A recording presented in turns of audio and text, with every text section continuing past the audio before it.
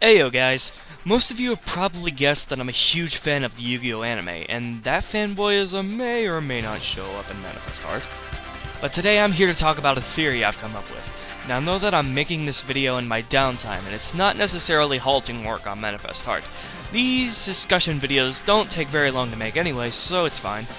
Anyway, I want to discuss a theory about the Yu-Gi-Oh! Duel Monsters anime. Not the abomination that is the 4Kids imitation. No, I'm talking about the uncut, original Japanese anime. This theory asks this question: is Yugi the reincarnation of Atem? Now in the Abomination dub, it's directly stated by Ishizu that Yugi is probably the reincarnation of Atem. But that was the dub. The same dub that implied Yami Yugi knew he was an ancient Egyptian pharaoh in Duelist Kingdom before going to the museum in Battle City and being all like, "What? I'm a pharaoh?" Now, in the original, it's never stated or really implied that Yugi might be Atem's reincarnation, except for this. This stone carving is the reason I'm making this video in the first place. This is the stone carving that Anzu and the other Yugi go to see right before Battle City starts. This reveals that the other Yugi is the soul of the pharaoh, who was locked inside of the Millennium Puzzle. But there's something weird about this, isn't there? Let me explain.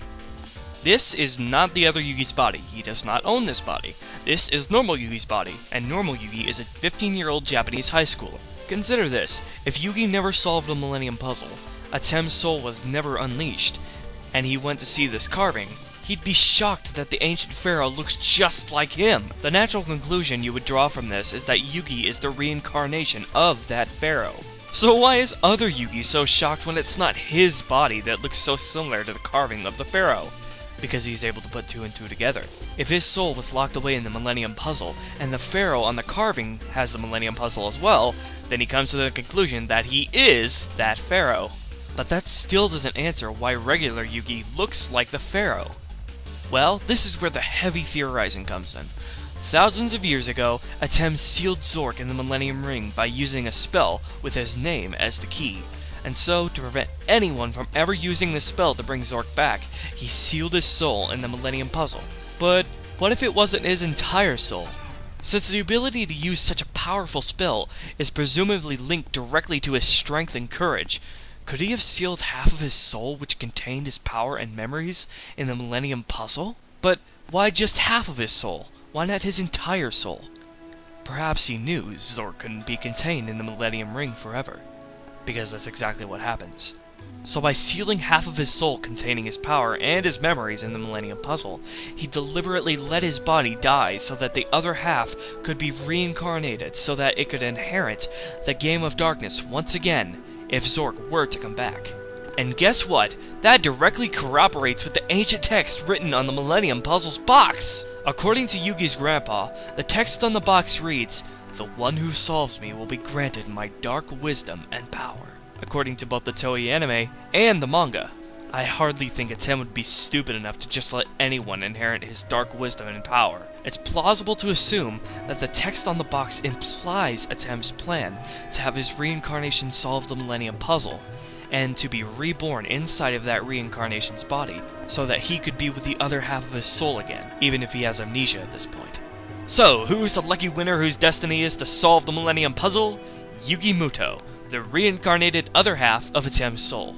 I like to think that normal Yugi is Atem's kindness and empathy, while other Yugi is Atem's power and courage. And that's corroborated in the story as well.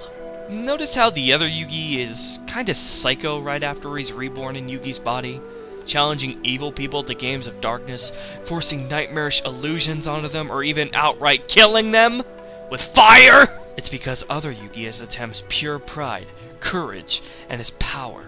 And that power just happens to be darkness. But notice how normal Yugi and other Yugi learn from each other. Normal Yugi becomes less timid and much more brave, and the other Yugi mellows out and even stops using games of darkness by the end of Season 1, because of the kindness he's learned from his other half. This is the perfect way of showing how two halves of the soul are becoming one again. But perhaps they're not becoming one. This begs the question: if they're both two halves of the same soul, why doesn't the other Yugi fuse with normal Yugi so they can truly become one? Well, perhaps if half a soul is left alone, it has time to strengthen and grow back into a whole soul. Perhaps both normal Yugi and other Yugi have become their own entities over time. That fits into one of the last things the other Yugi says to normal Yugi. I'm not the other you anymore. You are no one but yourself. I'd like to say the reason the other Yugi is focused on being the Pharaoh and not the normal Yugi too is because the other Yugi is not a reincarnation like normal Yugi. He is the spirit sealed within the Millennium Puzzle. He's literally the same spirit as from thousands of years ago. This is also the reason why the other Yugi crossed into the afterlife, and not the normal Yugi with him. The other Yugi is essentially a ghost at this point, so he belongs in the afterlife, while normal Yugi is a fresh reincarnation. So for now, he belongs in the world of the living. Makes sense, doesn't it? All of this said, it really gives Yugi's name for the other Yugi tons more meaning, doesn't it? もう一人の僕, other me.